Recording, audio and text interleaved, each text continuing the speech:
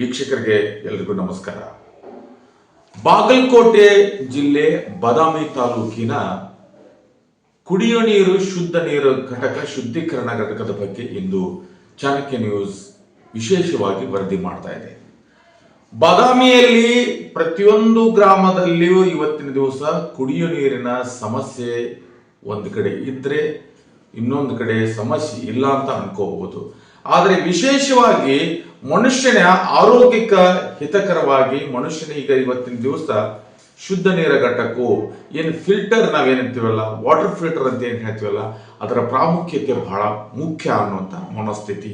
ಯಾಕಂದ್ರೆ ಅಂದಿನ ಕಾಲಕ್ಕೂ ಮತ್ತು ಇಂದಿನ ಕಾಲಕ್ಕೂ ಬಹಳ ವ್ಯತ್ಯಾಸ ಇರೋದ್ರಿಂದ ಅಂದು ನಾವೆಲ್ಲ ಹಿರಿಯರು ಬಾವಿ ನೀರು, ಆಮೇಲೆ ಹೊಳೆಯ ನೀರು, ಆಮೇಲೆ ಕೆರೆಯ ನೀರನ್ನ ಕುಡಿದು ಮನುಷ್ಯ ಬದುಕ್ತಿದ್ದ.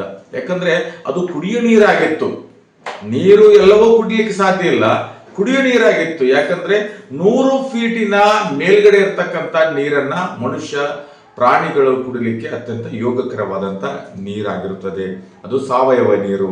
ಹೀಗಾಗಿ ಆ ನೀರನ್ನು ಕುಡಿಯುವಂತ ಸಂದರ್ಭದಲ್ಲಿ ಇವತ್ತಿನ ದಿವಸ ನಾವು ಜನಸಂಖ್ಯೆ ಆಧಾರದ ಮೇಲೆ ಆಗಲಿ ಅಥವಾ ಭೂಮಿಯ ವಾತಾವರಣ ಅಂತ ಆಗಲಿ ಇವತ್ತು ದಿನದಿಂದ ದಿನಕ್ಕೆ ಕುಸಿತಾ ಇದೆ. ಅಂತರ್ಜಲ ಕುಸಿದು ಇವತ್ತು 200, 250, 300, 350 ಫೀಟ್ಗೆ ಇವತ್ತು ಬೋರ್ವೆಲ್ ನೀರು ಇರೋದ್ರಿಂದ ನೀರು ಒಳಗಡೆ ವಿಷಕಾರಿ ನೀರು, ರಾಸಾಯನಿಕ ನೀರು ಆಗಿರೋದ್ರಿಂದ ಇವತ್ತಿನ ದಿವಸ ಫ್ಲೋರೈಡ್ ಕಂಟೆಂಟ್ ಇರೋದ್ರಿಂದ ಮನುಷ್ಯನ ದೇಹಕ್ಕೆ ಇವತ್ತಿನ ದಿವಸ ಸಾಕಷ್ಟು ಮಂಡೆ ನೋವು, ಹಲ್ಲು ನೋವು, ಅಂದ್ರೆ ಎಲುಬಿಗೆ ಸಂಬಂಧಪಟ್ಟಂತ ಇವತ್ತಿನ ದಿವಸ ಜಾಯಿಂಟ್ ಪೇನ್ಸ್ ಇಂದ ಆಗುವಂಥದ್ದು. ಸಣ್ಣ ಸಣ್ಣ ವಯಸ್ಸಿನ ಹುಡುಗರು ಇವತ್ತಿನ ದಿವಸ ನನ್ನ ಮೈಕೈ ನೋವಾಗುತ್ತ, ನನ್ನ ಕೈಕಾಲು ಬ್ಯಾನ್ ಹಾಕವು, ನನ್ನ ಮೊಣಕಾಲು ಬ್ಯಾನ್ ಹಾಕವು ಅನ್ನುವಂಥ ವಾತಾವರಣ ಕಾರಣವೇ ಇವತ್ತಿನ ದಿವಸ ರಾಸಾಯನಿಕ ನೀರು ಬಳಕೆ ಇರೋದ್ರಿಂದ. ಹೀಗಾಗಿ ಕರ್ನಾಟಕ ಘನ ಸರ್ಕಾರ, ಸನ್ಮಾನ್ಯ ಸಿದ್ದರಾಮಯ್ಯನವರ ಸರ್ಕಾರ ತತ್ಕ್ಷಣವಾಗಿ ಪ್ರತಿ ಗ್ರಾಮಕ್ಕೂ ಶುದ್ಧ ನೀರ ಘಟಕವನ್ನು ಸ್ಥಾಪನೆ ಮಾಡಬೇಕು. ಈಗಾಗಲೇ ಕೆಲವೊಂದು ಗ್ರಾಮಗಳಲ್ಲಿ ಸ್ಥಾಪನೆ ಆಗಿದೆ, ಸಂಪೂರ್ಣವಾಗಿ ಹದಗೆಟ್ಟಿವೆ, ರಿಪೇರಿ ಅಂದ್ರೆ ಏನೂ ಇಲ್ಲ, ದನ ಕರ ಮಲ್ಕೊಳ್ಳುವಂತ ಸ್ಥಿತಿಗತಿ ಆಗಿದೆ. ಹೀಗಾಗಿ ಬಾದಾಮಿ ಮತಕ್ಷೇತ್ರದ ಸುಮಾರು ನಾನು ಇವತ್ತಿನ ದಿವಸ 2 ದಿನಗಳ ಹಿಂದೆ ಫೇಸ್ಬುಕ್ ನಲ್ಲಿ ಒಂದು ಪೋಸ್ಟ್ ಮಾಡಿದ್ವಿ ಕುಡಿಯುವ ನೀರಿನ ವಿಷಯದ ಶುದ್ಧೀಕರಣ ವಿಷಯದಲ್ಲಿ. ಅದನ್ನ ನೋಡಿದಾಗ ಸುಮಾರು 100 ಹಳ್ಳಿಯಿಂದ ನನಗೆ ಕಮೆಂಟ್ಮೆಂಟು, ಫೋನ್ಗಳು ಬಂದು, ಸರ್ ನೀವು ಶುದ್ಧ ನೀರ ಘಟಕ ನಮ್ಗೆಲ್ಲರಿಗೂ ಅವಶ್ಯಕತೆ ಇದೆ ಅನ್ನುವಂಥ ವಿಚಾರದಲ್ಲಿ ಈ ಸುದ್ದಿ ಮಾಡ್ತಾ ಇದ್ದೀವಿ. ಬಾದಾಮಿಯಲ್ಲಿ ಇವತ್ತು ದಿವಸ Muttalageri, Taminal, Mumreddikoppa, Somanakoppa, Katarki, Badami, Timmapura, railway station, Kenduru, Odavatti, Mangalagudda, Nagaral SP, Sabbal Hunasi, Kallapura SP, Jalihal, Talakawad, Halkurki, Manneri, Yaragoppa, Narasapura, Nalegi, Guddada Mallapura ಅಂದ್ರೆ ಹೊಸೂರು, ಪಕೀರ್ ಬೂದ್ಯಾಳ, ಕಲಬಂದಿಕೇರಿ, ಗಂಗನ ಬೂದ್ಯಾಳ, ಚುಮ್ಮನಕಟ್ಟಿ, ಕಿತ್ಲಿ, ಚಿರ್ಲಿಕೊಪ್ಪ, ಹಿರೇನೆಸಿಬಿ, ಶಿರಬಡಗಿ, ಹಲ್ಕುರ್ಕಿ, ಕಳಸ, ಕಿತ್ಲಿ, ಕರಡಿಗುಡ್ಡ, ನಂದಿಕೇಶ್ವರ, ಚಿಮ್ಮಲ್ಗಿ, ಆಲದಕಟ್ಟಿ, ಕಬ್ಬಲಗೆರೆ, ಆಡಗಲ್, ಚಿಂಚಲಕಟ್ಟಿ, ಮಲ್ಲಾಪುರ SL, ಸುಳ್ಳ, ನೀರ್ಲಿ, ನರ್ನೂರು, LT, ಬೂದಿಹಾಳ, ಗುಳೇದಗುಡ್ಡ, ಕೆರೂರು, ಬಾದಾಮಿಯಲ್ಲಿ. ಹೀಗಾಗಿ ಸಾಕಷ್ಟು ಗ್ರಾಮಗಳಿಂದ ಇವತ್ತಿನ ದಿವಸ ನಮಗೆ ಫೋನ್ನಲ್ಲಿ ಹೇಳ್ತಾ ಇದ್ದಾರೆ, ಸರ್ ನಮ್ಗೆ ಶುದ್ಧ ನೀರು ಘಟಕ ಬೇಕು, ನಮಗೆ ಪರಿಶುದ್ಧತೆ ನೀರು ಬೇಕು.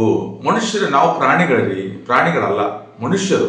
ಹೀಗಾಗಿ ಕರ್ನಾಟಕ ಘನ ಸರ್ಕಾರ ಮತ್ತು ಬಾದಾಮಿಯ ಜನಪ್ರಿಯ ಶಾಸಕರಂತ ಚಿಮ್ಮನಕಟ್ಟಿ ಅವರಿದ್ರೆ ಮುತುವರ್ಜಿ ವಹಿಸಿ ಕುಡಿಯುವ ನೀರು ಮತ್ತು ನೈರ್ಮಲ್ಯ ಇಲಾಖೆಯ ಅಧಿಕಾರಿಗಳಿಗೂ ತಾಲೂಕು ಪಂಚಾಯತ ಮತ್ತು ಗ್ರಾಮ ಪಂಚಾಯತ ಎಲ್ಲರ ಜಂಟಿಯೊಂದಿಗೆ ತತ್ಕ್ಷಣವಾಗಿ ಪ್ರತಿ ಗ್ರಾಮಕ್ಕೂ ಶುದ್ಧ ನೀರ ಘಟಕವನ್ನ ಸ್ಥಾಪಿಸಿ ಅದನ್ನ ಬಳಕೆ ಆಗುವಂಗೆ ಏಜೆನ್ಸಿನ ಗ್ರಾಮ ಪಂಚಾಯತಿ ಇದನ್ನ ಏನಾಗಿದೆ 2014-15ನೇ ಸಾಲಿನಲ್ಲಿ ಇಲ್ಲಿ ಪ್ರತಿ ಗ್ರಾಮಕ್ಕೂ ಒಂದು ಯೂನಿಟ್ ಶುದ್ಧ ನೀರ ಘಟಕನ ಬಾದಾಮಿಯಲ್ಲಿ ಮಾಡ್ತಾರೆ, ಇಲ್ಲ ಅಂತಲ್ಲ.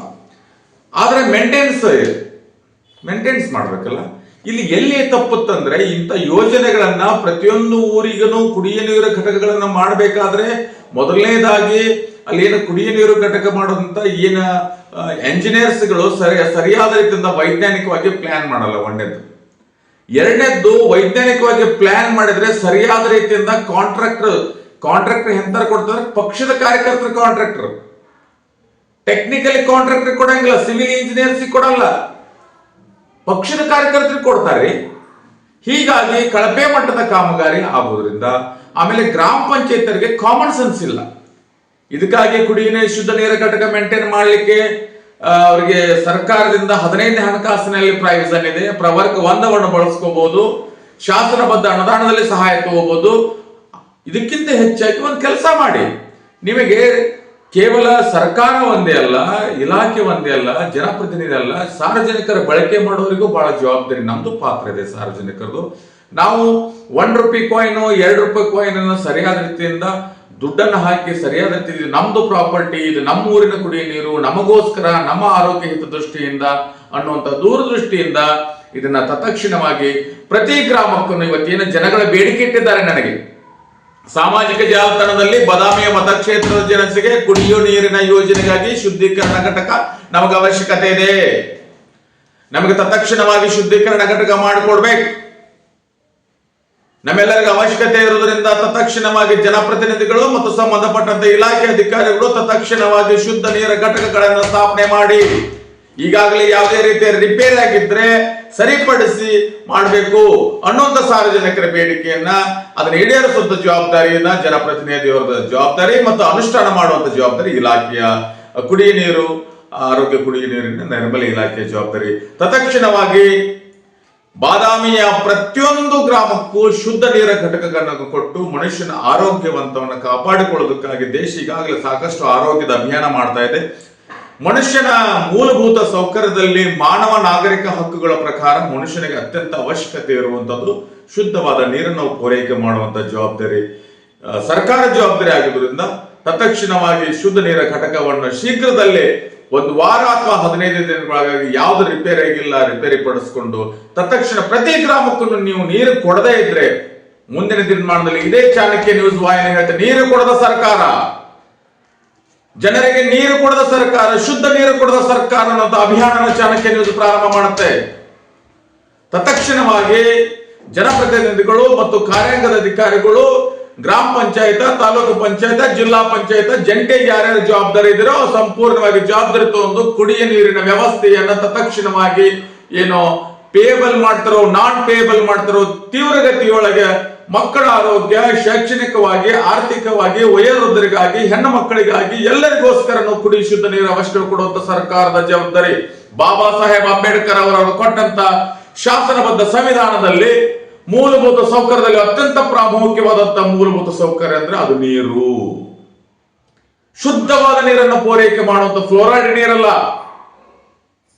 ಫ್ಲೋರೈಡ್ ನೀರು ಕೊಡೋದ್ರ ರಾಸಾಯನಿಕ ನೀರು ಕೊಡೋದು ಸರ್ಕಾರ ಜವಾಬ್ದಾರಿ ಅಲ್ಲ, ಶುದ್ಧ ನೀರು ಕೊಡುವಂತ ಜವಾಬ್ದಾರಿ ಇರೋದ್ರಿಂದ ಇದು ನಿಮ್ಮ ಕೇಳುವುದು ನಮ್ಮೆಲ್ಲರ ಹಕ್ಕು, ಕೊಡುವ ಅದನ್ನ ಸರಿಪಡಿಸುವುದು ನಿಮ್ಮ ಕರ್ತವ್ಯ ಅಂತ ಹೇಳ್ತಾ ಇನ್ನ ಕೆಲವೇ ದಿನಗಳಲ್ಲಿ ಅದನ್ನ ತತ್ಕ್ಷಣವಾಗಿ ಅತ್ಯಂತ ಕಡಿಮೆ ಅವಧಿಯಲ್ಲಿ ಬಾದಾಮಿಯ ಮತಕ್ಷೇತ್ರದಲ್ಲಿ ಮುಕ್ತವಾಗಿ ಎಲ್ಲರಿಗೂ ಶುದ್ಧವಾದ ನೀರನ್ನು ಕೊಟ್ಟಿರುವಂತಹ ಹೆಗ್ಗಳಿಕೆ ನಿಮಗೂ ಸಲ್ಲುತ್ತದೆ. ನಿಮ್ಮ ಆತ್ಮತೃಪ್ತಿಗೆ ಗೌರವ ಸಿಗುತ್ತೆ, ವಾಹಿನಿ ಪ್ರಸಾರ ಮಾಡಿದ್ದಕ್ಕೂ ನಮಗೊಂದು ಬೆಲೆ ಸಿಗುತ್ತೆ.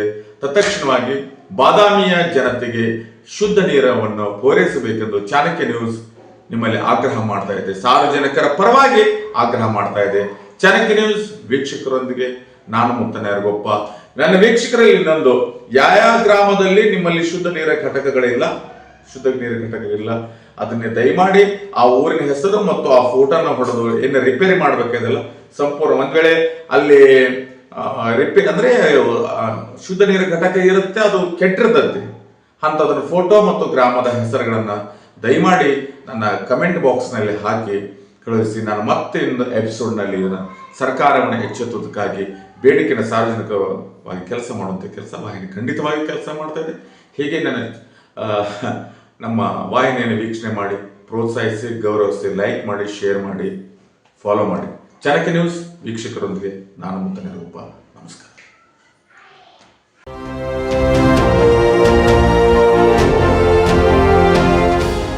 ಚಾಣಕ್ಯನ ಛಲ ಜನರ ಪರ, ಸದಾ ಶುದ್ಧ ಸುದ್ದಿಗಳೊಂದಿಗೆ ನಿಮ್ಮ ಚಾಣಕ್ಯ ನ್ಯೂಸ್.